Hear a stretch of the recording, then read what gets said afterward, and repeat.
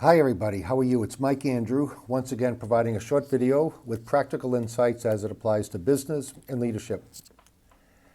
Today I want to talk about a leadership competency that's becoming more and more common, and it's called talent enablement or enabling talent. I also refer to it as building capability within your team. It goes beyond empowerment.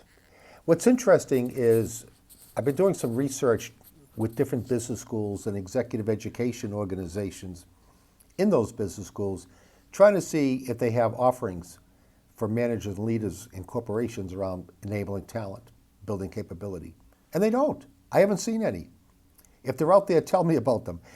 I've inquired at some business schools and exec ed organizations, and they'll come back with a generic leadership program and they try to spin it. That affects talent enablement. No, it doesn't. So I think we need to really look at that because I think it's a very underserved and very important competency that potentially has impact, and let me explain why. Talent enablement to me is all about giving your people the opportunity to grow and develop. And by the way, I always talk about effective leaders being those that consistently achieve results while growing and developing their people and doing so with integrity. And this is an opportunity to grow and develop your people. How? By giving them additional responsibility.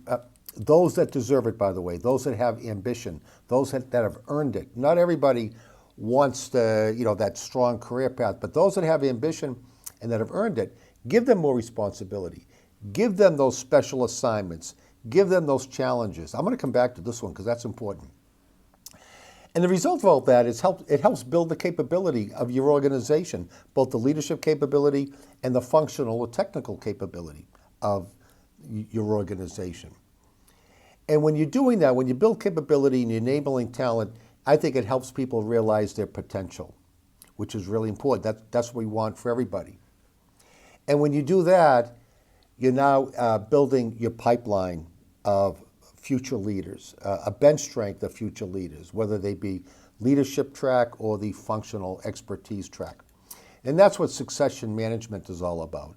It's making sure that you've got a strong pipeline bench of future leaders to position the company to achieve its growth goals, to sustain the business into the future. So doing all that, to me, I think has a positive effect on creating a healthy work environment. It helps relieve the manager. I mean, managers have a lot of pressure, a lot of stress. I was talking to one guy recently in sales. He had over 250 accounts that he and his team were responsible for. It went from 250 to about 450 in the course of 1 year. How do they do that? It took a lot of work, a lot of discussion, prioritizing, but the manager can't do it by himself or herself. He relies on the team, a committed team.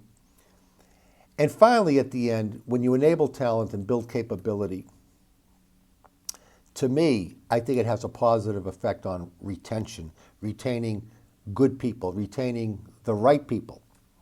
I gave a story in the past, this former company I worked with, we went through this exercise of identifying the top talent in the company. Because it was 30,000 people, the CEO wanted to understand who are my top talent below the vice president level. We went through this very detailed process, structured process. And in the end, we wanted to talk to each of those people, find out what can we do to keep you, to retain you. We found two things. One, it turned out that many of them achieved that status, status of top talent, because at one point they were given a special assignment, a high visible assignment, a challenging assignment that they took on, followed through, and achieved it to success. And you know what they said? Give me more. They wanted more. They wanted more opportunity for a challenging assignment. That cost the company zero, nothing. The second thing they said was, every once in a while, give me a pat on the back, some recognition. They needed that. What does that cost the company? Zero. Two very powerful retention mechanisms that cost the company zero.